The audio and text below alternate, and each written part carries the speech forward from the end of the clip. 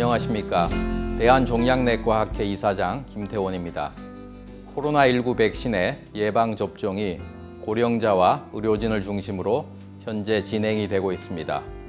문제는 암 환자만을 대상으로 한 코로나19 백신 접종이 얼마나 효과가 있는지, 부작용은 어떤지 보고가 많지 않은 실정입니다.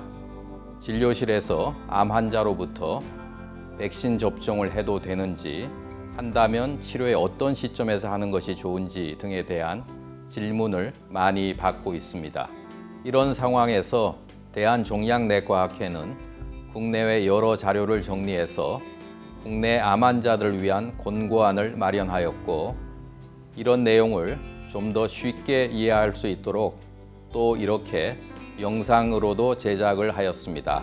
본 영상이 암 환자가 보다 안전하게 코로나19 백신 접종을 하는데 도움이 될 것으로 기대합니다. 감사합니다. 안녕하세요. 저는 건국대학교 병원 종양혈액내과의 박지연입니다. 최근 이슈가 되고 있는 코로나19 백신 접종에 대해서 많은 궁금증들이 있으실 텐데요. 오늘은 암 환자분들 또 보호자분들께서 자주 질문 주신 내용을 바탕으로 코로나19 백신에 대한 답변을 드리도록 하겠습니다.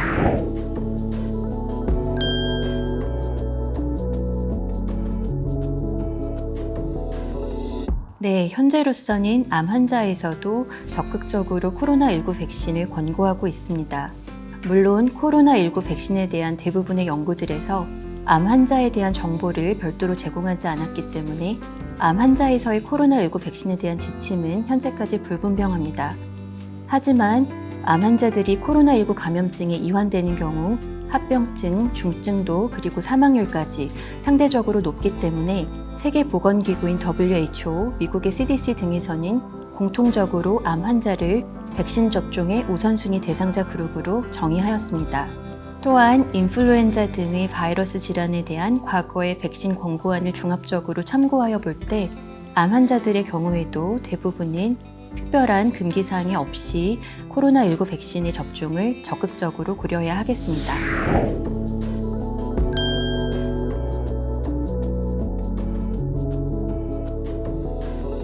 네, 현재까지 암 환자에서 항암 치료 등에 의해서 코로나19 백신의 위험성이 증가하거나 그 효과가 감소한다는 명확한 근거는 없습니다. 단, 백신 접종 이후 면역 생성 과정 중에 전신적인 근육통이나 발열 및 오한 등의 증상이 생길 수 있는 것으로 알려져 있어 경험적으로 타일레놀이나 항히스타민제 등의 약물을 예방적으로 복용하는 것이 도움이 될 수 있겠습니다. 또한 최근 아스트라제네카 백신 접종 이후 아주 드물게 혈전 이상 반응이 보고되고 있습니다. 최종적으로는 백신과의 관련성이 없는 것으로 보고가 되었지만 관련 질환이나 약물을 복용하고 계신 환자분들 또한 백신 접종 이후 극심한 흉통, 복통, 두통, 시야장애, 출혈 병소가 발견되는 경우에는 반드시 담당 의료진과 상의하시기 바랍니다.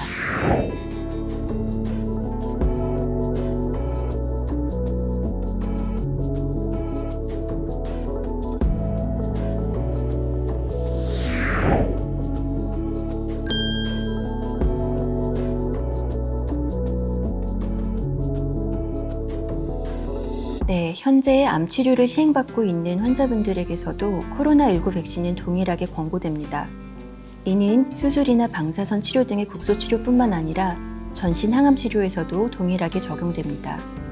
단, 자가 혹은 동종 조혈 모세포 이식이나 장기간의 면역 억제 치료를 받고 있는 환자분들의 경우 혹은 CAR-T 등의 일부 세포 치료를 시행받고 계신 환자분들의 경우에는 반드시 접종 이전에 담당 의료진과 상의하시기 바랍니다.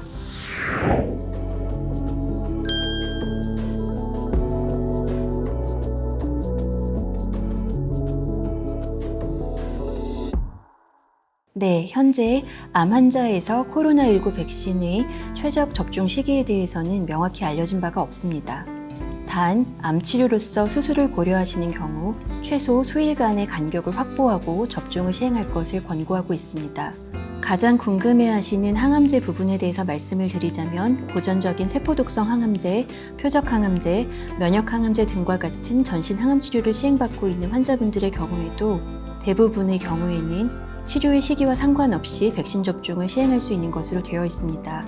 단, 개별적인 약제의 특성과 환자의 임상 양상을 고려하여서 의미 있는 호중구 감소증의 시기를 피하여 접종하는 것 또한 고려할 수 있겠습니다. 또한 림프종이나 다발 골수종과 같은 혈액암 환자분들께서 조혈모세포 이식이나 칼티 등과 같은 세포치료, 장기간의 면역치료를 고려하고 계신 경우에는 치료 종결 이후 최소 2에서 3개월 이후에 접종을 권고하고 있습니다.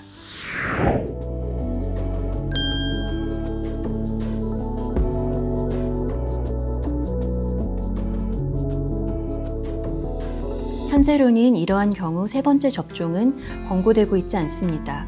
되도록 1차 접종 시 안내받으신 최소 접종 간격을 준수하여 주시고 부득이한 상황으로 2차 접종 시기를 놓치신 경우에는 담당 의와 상의하여 2차 접종 시기를 결정하시기 바랍니다.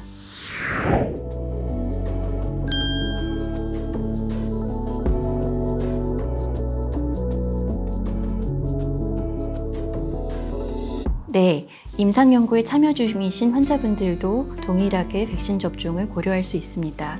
다만 이런 경우 백신 접종을 위하여는 임상연구의 연구 계획서, 즉 프로토콜에 규정되어 있는 부분을 미리 확인해야 하기 때문에 임상연구의 주요 담당 의료진과 이 부분을 미리 상의하시기 바랍니다.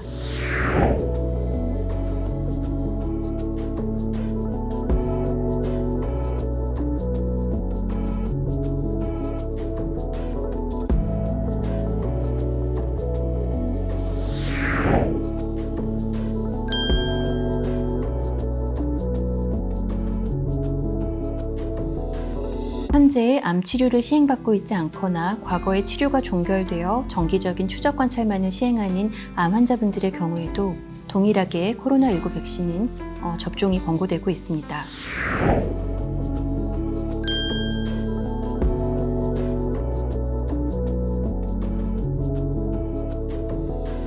코로나19 백신과 관련된 연구의 일부에서는 이미 코로나19 감염증에 이완되었던 환자들을 소수 포함하였습니다. 따라서 이미 코로나19 감염증을 경험한 암 환자분들이라고 하더라도 코로나19 백신 접종을 동일하게 고려할 수 있겠습니다.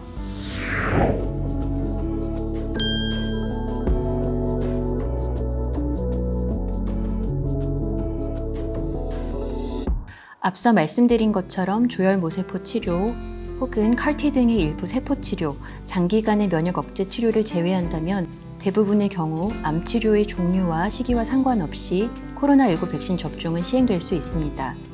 그러나 강력한 골수 독성이나 기능 저하가 우려되는 경우, 단기간의 면역 저하가 지속되는 경우, 또한 코로나19 백신에 의한 치명적인 과민 반응이 예측되는 경우에는 담당의의 판단하에 접종 시기를 유동적으로 조정할 수 있겠습니다.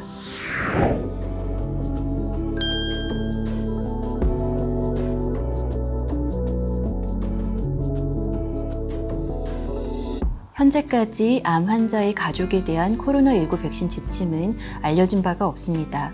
단, 현재 항암 치료를 시행받고 있는 환자, 전이암 환자, 폐암 환자, 또한 골수 이식을 시행받거나 면역 저하가 예측되는 환자에서는 코로나19 감염에 의한 합병증과 사망률이 상대적으로 높은 것으로 알려져 있습니다.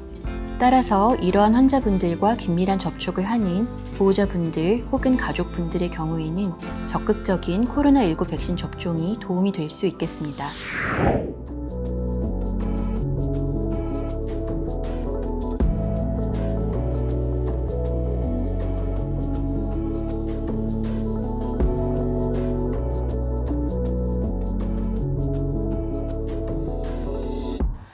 현재까지 암 환자의 코로나19 백신 접종에 대한 세분화된 지침은 명확하지 않고 이에 대한 근거 수준 역시 불충분합니다. 하지만 암 환자는 코로나19 감염증의 고위험군이고 따라서 적극적인 백신 접종이 고려되어야 하겠습니다. 향후 추가되는 연구 결과들과 데이터들을 바탕으로 보다 신뢰할 만한 근거들이 확보되고 보다 명확한 지침이 제공될 수 있을 것으로 기대합니다.